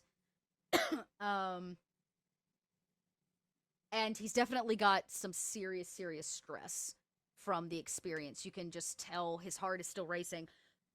Excuse me, his blood pressure is high. All bad things for somebody his age. Right. But the drug did what you wanted it to do. It got him out of a tight spot. Nothing quite like field testing, right? No, it worked great. I feel like 10 years younger. Pretty sure I could take Vince in a fight right now. I wouldn't. I wouldn't fight him. Saying I could do it. I could take him. I believe that. I think you should instead take yourself to a flat surface and lie down. There's very little iris in his eye. It's all beautiful. As you begin to rest, some stuff will heal. You can start running your sample test, but you are going to be told that there's another ship or large vessel, we'll call it, that has been pinged in this system. Around the other side of LV-426, there seems to be a small space station that is unmapped and unmarked that is orbiting the planet. Noted. Ben probably tells you that while they were orbiting this moon, they came across it because, from what you can tell, the orbit time is pretty quickly. The other moon orbits in 2 hours. That's how close it is to this planet. Okay. So, more than likely, the two moons passed in some way, and because they were orbiting one and the station was orbiting another, they picked up on the radar signal as they passed by. And 24 hours will pass as the camera's actually going to cut back. You have all been waiting. A week has passed. You've had some leisurely time. Your stress is gone. You're well fed and healed. But you've spent most of your time inside of your ship. No word has come from the Monstro until today. Ren, the printout starts to come through. You can hear that clicking of the lettering on the screen as the message comes through. What does the message from the Nostromo say? The Nostromo or the Monstro? I'm sorry, the Monstro. The equivalent of, we could use your help, your assistance. Some things have been discovered. It is time to do a system update of sorts. Definitely a kitchen message. Hey, Vance, Face. I don't know. Is this an SOS or something else? Last time we had to go and like infiltrate a station. I don't. Can you interpret this at all? What is it? Well, here, look. She shows the message Kitchen sent. Could use help. Something about data. Something. Yeah, I think that's his way of saying we need to get out there. Okay, I guess. Yeah. Okay. Well, I'll just chart a course then. I had reinforcements sent out. I hope that they made it. I don't know now. Time is Oh. kind of weird. They would have what you were told. They would have made it soon. They were 2 days behind them, give or take. Ah, okay. Yeah. All right. Well, it's going to take us quite a bit of time over there. So I guess we better go. Right? 7 Let's- days cryo. Yeah. This will be fun. And technically, there's only 2 tubes in this ship. Who is not going under for a week, or for a week at least, because it's a week travel there. Vince doesn't mind. Okay. Autopilot is set. Ace goes under. Ren goes under. What do you do for a week of travel through empty deep space? Some Star-Lord, playing music in the ship, and yeah, replaying the tracks, the mixtapes that we made for each other, I guess, without worry of letting an entire ship's worth of people in on it. And then otherwise, I guess keeping my ear to the pulse of what's going on, what forces are moving with the big companies. If Weyland-Yutani, if I can get any hint of... Roll a Comtech check. Okay. Any hint of what they're doing. And I have here... If you got anything extra, I let me do. know. I'm checking if it would actually apply or not. All right. It is a Siegson SDD, but I'm trying to find the page where that I believe exists. that provides a bonus. It does. Siegson does. A +2. Okay. Add a +2 to your Comtech check. Great. As you basically try to see what's up in the Right, here we go. Weyland-Yutani sphere. Nothing. Would you like to push? I would. Yeah. Take a stress. Okay. Let's try again. There we go. 2. Stress sets in because it is really quiet.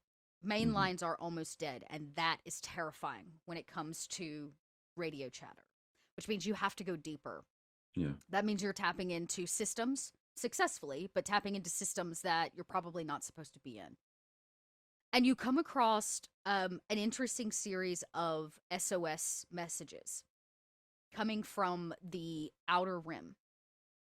Coming from the Outer Rim territory, specifically the area from the Union of Progressive Peoples. That is much north of where you are. That's going to be like Spinward, right? It's actually up here. And there is it's coming from a specific station, or planet, I guess you could say, which is called Cygni, Cygni, Cygni, if you want to, 61. It is not a Weyland-Yutani owned property. I don't know how much Vince knows about what's going on with this area of the Outer Veil, but it is under a lot of military jurisdiction right now because it is contested territory. So there's a lot of colonial marines fighting off critters and things on planets as they're trying to settle it, as well as fighting for the territory itself. The Union of Progressive Peoples, this planet falls under their territory, and it seems that a bunch of SOSs came out, and then everything went silent. The last report, which has been mostly redacted inside of Weyland-Yutani files, which is where you find this, is that the entire planet was an attack of biological warfare and was wiped clean of all life. Can I find who would be responsible for that biological warfare? Ooh, that. Yeah, you know what? I'll give it to you. It is being blamed on a group of people. Hang on. I want to make sure I call them the right thing. It is being blamed on a group of people known as the Border Bombers.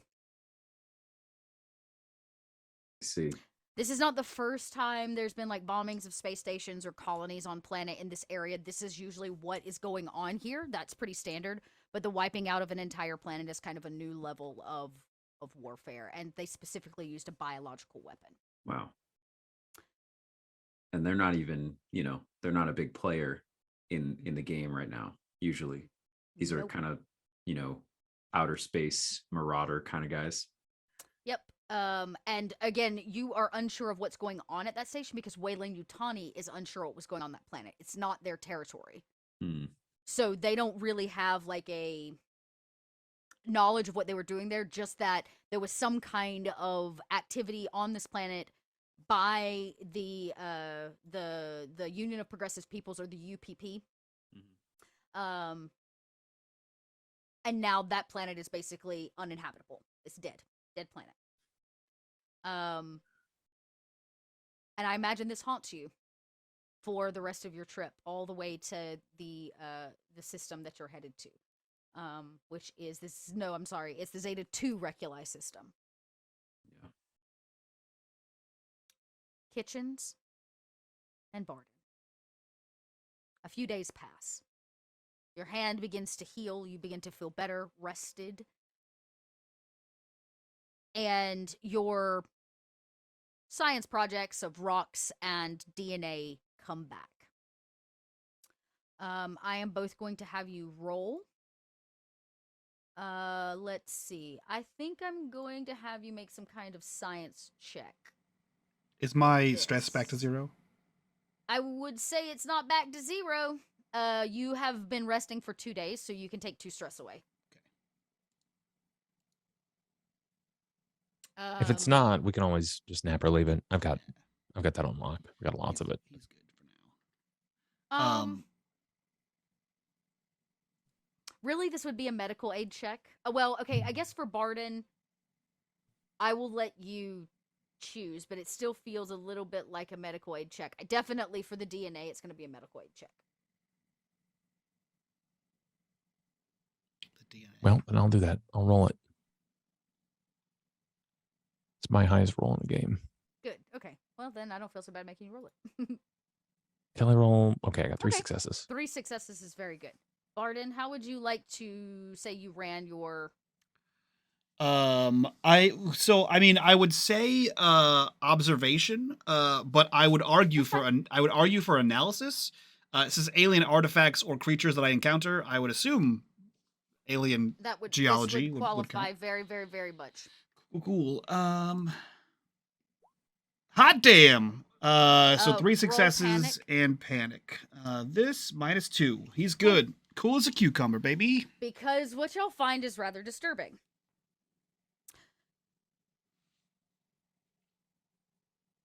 Let's start with the DNA. To your surprise, their DNA strand, though more advanced than ours, our human DNA matches in so many ways. We have 24 chromosomes. They seem to have more like 48. At least from what you can tell. This creature has been officially dead for roughly 90 years. So your estimation was correct on planet.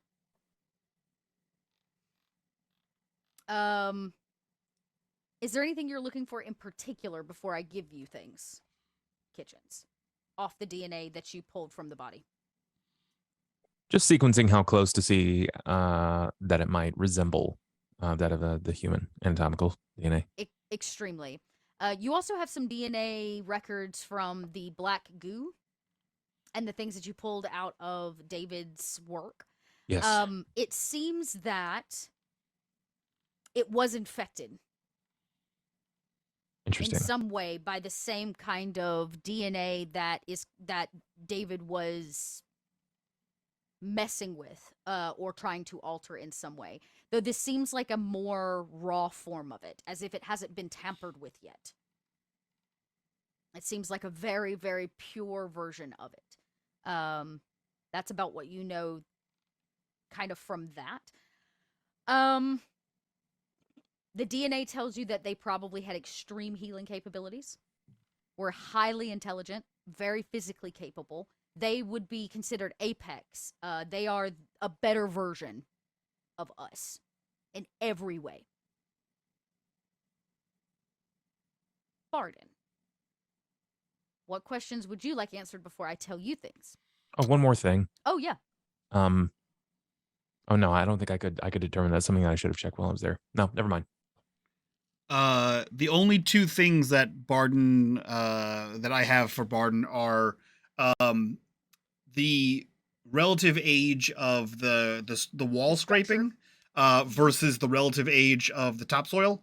Meaning, like, how long was this thing buried here? And if any of the wall, like the structures scrapings, like any known geological database where that rock originated from. The rock, I can tell you, seems to be organic to that planet. It shares a lot of the similar structures that you might find on other planets that hold life. Right? There's going to be oxygen in the dirt and carbon and a lot of other well-known things, sodium. But this rock seems, all of the dirt seems to be here from this place because you took dirt samples as well. Mm-hmm. And the building matches that. So the rock was pulled from this planet to build the structure. The dirt that you pulled from the ground seems to be contaminated heavily by what you can without a doubt tell based on the other research you've done over the last many months. It has been contaminated by the purest form of the biological agent that David was messing with. More like rained down upon this place, as if it could have been in the crash. But it has seeped into all, in vast quantities, from what you can tell, all of the soil, which may be why it was terraformed. That this biological agent changed the face of the planet from that point where it crashed outward. Interesting. The rock itself on the inside, based on carbon dating, tells you that this structure was being built roughly 2,000 years ago. It is very, very old. It was probably put in place as even if y'all maybe sketch the design in your head of what you tried to map out. It seems like it was a hub of some kind, possibly a ship hub. But kitchens, based on everything that maybe you share with one another and your knowledge of chemicals. Ships docking at a place that holds biological chemicals like this probably means they were making biological weapons here. This was a facility to make biological weapons and to ship them out. And for whatever reason, they never got out until much later, almost 2,000 years later, when the Prometheus landed here and caused whatever happened that Barden was kind of theorizing about. But it would be your computer that begins to run the scans of the walls that you brought in, the video. That returns very different information.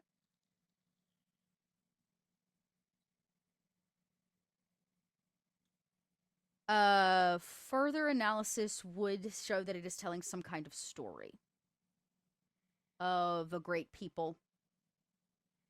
This kind of image of them sending out dust into the stars or more stars into the stars. The rising of a smaller figure version of themselves. And then this haunting image of something that we know all too well. The computer runs an analysis on not just images, but dates and times, now that you have them based on the rock. And as we close out tonight's episode, and I use our final corruption bar because I love this theory.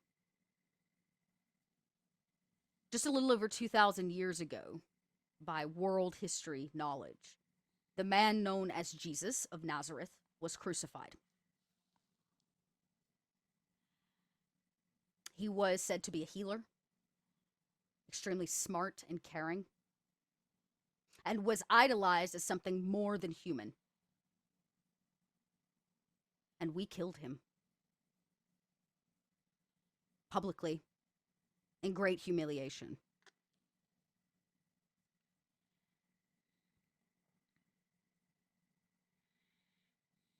This facility would date to about the time as that happens, right afterwards, in fact. And the end of this story, carved out in ancient walls, shows a people going to war in great ships, in these vials that you've seen before, the biological weapon designed to kill off a species who denied their maker. For whatever reason, they never made it to Earth 2,000 years ago. But they were coming.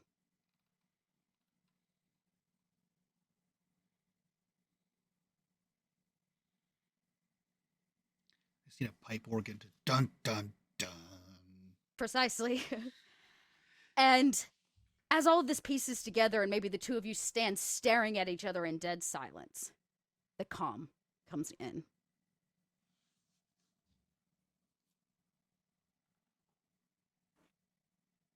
I do not mean to disturb your research, but I wanted to let you know that a small military vessel has entered the upper atmosphere of LV-223.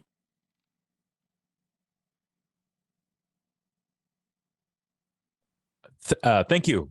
Thank you, Geppetto. Should we make contact? That should be Ren, you think?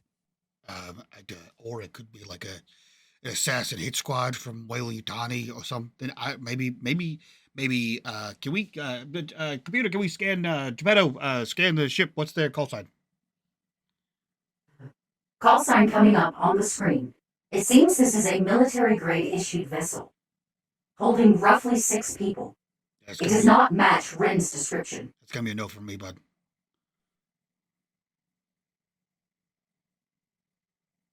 Open comms if they hail us. Open comms if they hail us. But only then, Geppetto. Opening comms only if they hail us.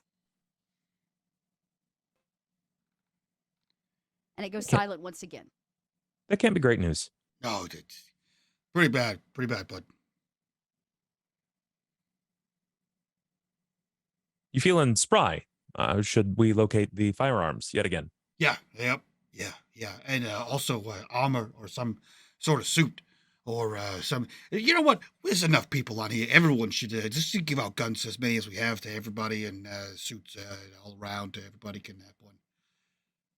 Like candy. I could also vent the lock and crush their lungs like I tried previously. Oh yeah, I fully support that. I was on Team Crush Your Lungs from the get-go. Yeah. Here's what I'm gonna say, buddy. As long as Ren's not on the ship, full prejudice.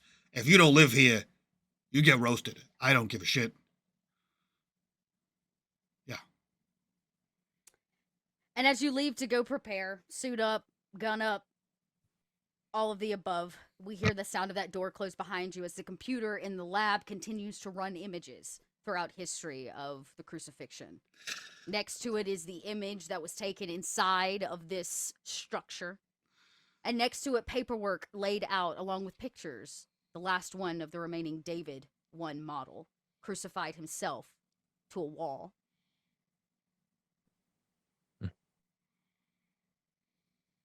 And we will close this week to bring everybody together next week for what I imagine will be a very interesting series of conversations. Guys, stop leaving Barden and Kitchens alone together. Can I just highlight for a moment that Ren is like the sensible, angry mother, and Barden is just like the drunk dad who's like, yeah, put on a helmet before you fucking crash into the wall. That's fine. Did you have fun while you were doing it? That's all that matters. At the end of the day, I did. At the end of the It was day. great. You have team logic and reason, and then just team And then there's scientific. but did you die? Yeah, team scientific chaos. What do you mean you just tied a rope around Billy and threw him down the well? Well, we wanted to see what would happen. Well, did he die? Nope. All right, well, then what happened? Found it's deep. Real deep. Turns out it was longer than the rope. It went real far. All right, Mike, bring us home. All right, friends, that was it. This is our welcome back episode of Alien Genesis and our final season here of this disaster in space waiting to happen. Aliens abound, flying creatures, hammerpedes. Also, for the record, I put a link in chat. I'll put it somewhere on YouTube. Dot, you said it was a large tentacled creature. Large was a fucking understatement. I forgot what it was until I remembered it was a trilobite. It's fucking huge. It's like a giant octopus. It's like a 15-foot octopus. It's not like a... I said it matched the size of his face, which is no, like it's big. It's his whole body. It's fucking huge.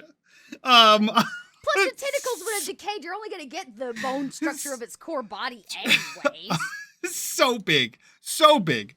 That being said, if you guys like what we do here and you want to support the channel, the best way to do that is on our Patreon. Click that link down below. Join us in the Discord. Be a part of the community. Be a part of the conversation. But for now, we're going to get out of here, do our after show. So let's go around and do our introductions. We'll start with, we'll do Meta last because she hates when I do her first. So we'll start with, Bub. Bub, who are you? Where can we find you on the internet and what are you up to? Hi guys, I'm Bub. I'm formerly the Bub or Not, now just Bub Talks. You can find me over at twitch.tv/Bub Talks, where I pretend to be many other things than depressed and anxious and suffering under, well, existence mostly. But I like to make noises and voices loud and stuff like that. So if you're down for things like that, then come hang out with me and maybe we can suffer together. Perfect. Segue nicely over to Zach. Zach, who are you? Where can we find you on the internet? What are you up to? Hello, I am Zach. You can find me here for Alien Genesis. You can also find me on the Arvin Eleron channel, where we have our vocalists that Dot and I take part in. We just finished Purgatory with 2 R's. It was a game about cats in limbo. It was great. Dorbs. We saved everybody's life and everybody got out of limbo. Yes, we saved all the other animals. I'm also on a live play show there called Expedition from the Mysterious Peaks. And then you'll also find me most recently on all of the official Dungeons and Dragons media channels because of a video that I produced for them, highlighting the work that we're doing with D&D clubs in my local area. So yeah, you can see that there. There was also a Polygon article that I was interviewed for that just came out today. You so fancy? Yeah, Wow. yeah. The famous Zach Clay. Good Wow. joke, man. Yeah. Wow. So that's where you can find me. I'll link those in chat for those that want to watch. The video is really great, and I'm very proud of these students. Lots of storytelling happening with kids as young as 11, 12 years old, and then we have seniors mentoring and stuff like that. So yeah, tabletop games all the way around. That's awesome. Where you can find me. That's awesome. Meta, how about you? Who are you? Where can we find you? What are you up to? I'm absolutely no one. I actually don't even exist. This is just a fake AI that plays with you guys. That's why I'm always really logical. It's an elaborate VTube that we've just hooked up. Exactly. Simulating. The most elaborate. And I've become self-aware. Yeah. It's that Unreal Engine 5 VTube. My husband and I, we just finished watching Westworld, so I'm on this Nice. like AI trick now, and I'm like, I can't get over it. It's so crazy. Love it. Anyway, Love yep, I'm nobody. We've seen Perfect. nothing. I'm gonna drop this little thing right here. You may see more Meta in the future on this channel in some other show that maybe you might have seen her in before. That being said, Dot, last but not least, our illustrious game mother, who are you? Where can we find you? And what are you doing? Oh, y'all, I'm all over the place. Well, I'm here on Wednesdays, which is cool, and I'm coming next week on Thursdays. You can come see me get to play and not GM for a hot minute. As I get to play a dwarf in our badass one-ring game. Technically, it's true. I can break the time and space continuum right now because on Wednesday nights you can also catch me over on Realmsmith TV, playing a goblin in a post-apocalyptic kind of Western fantasy setting. Which hopefully, Mike, you want to raid after this episode? Yeah, I'll send him right over there. Yeah, so I got all kinds of things, and I've got some kind of fun horror things coming with Kobold Press in October. Oh Lord, you can catch me at PAX U. That's up, hot and around the corner. I've got some panels and other things that you can check me out. that I'll be involved in. And then my podcast is still out there doing its thing, right? Pod by Night's out there making content. We've got an Anarch game running right now, so if you're not a Camarilla fan, you can come watch us cause full-on shenanigans as a bunch of Anarchs. So we've got a little short run of that. The show's coming back. The main show's coming back in November, and hopefully we'll have some more announcements for those of you that are fans of our vampire content very, very, very soon. Yeah, just fucking out there hustling, doing stuff, making it happen. Hell freaking yeah. Yeah, that's it. That's all we got, guys. I hope you enjoyed this. We can't wait to see you back next week. Actually, next week you get a double dose of Dot, because we got this show coming back next week, and we get the first episode of our One Ring campaign called The Shattered Crown coming to you next Thursday. So be sure to check both of those out. But that's it from us. We'll see you next week. So from all of us to you guys, bye-bye.